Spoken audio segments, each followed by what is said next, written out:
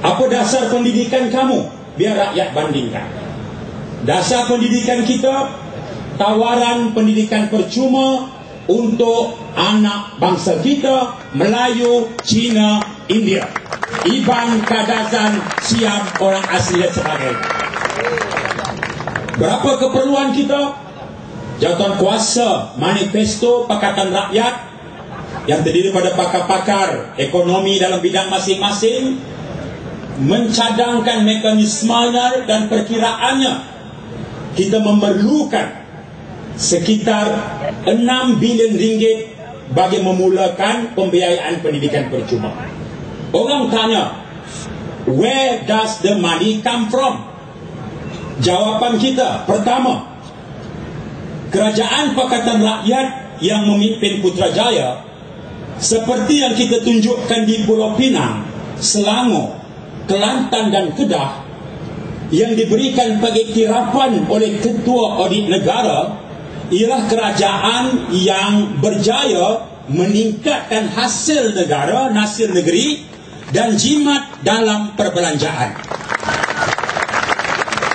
Jimat dalam perbelanjaan artinya tidak ada ketirisan, tidak ada pemborosan, tidak ada overspending dan tidak ada rasuah. Melalui kawalan perbelanjaan keuangan, kita menganggarkan penjimatan kerajaan persekutuan di bawah pentadbiran baru Pakatan Rakyat. Kita boleh menjimatkan sehingga 20 bilion ringgit penjimatan.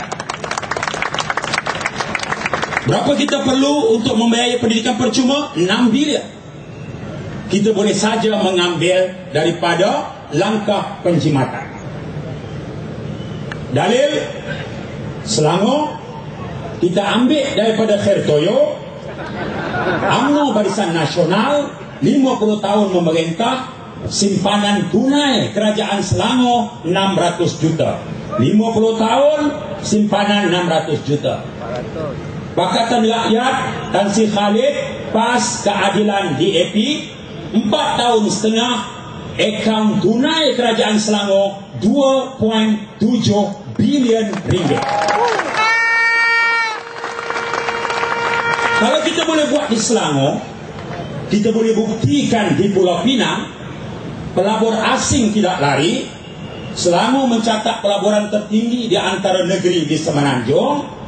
Itu memberi isyarat kepada rakyat, kalau kita boleh uruskan keuangan dengan penuh tanggungjawab di negeri Selangor, kita juga boleh melakukan yang sama di peringkat kerajaan persekutuan apabila kita menjadi kerajaan.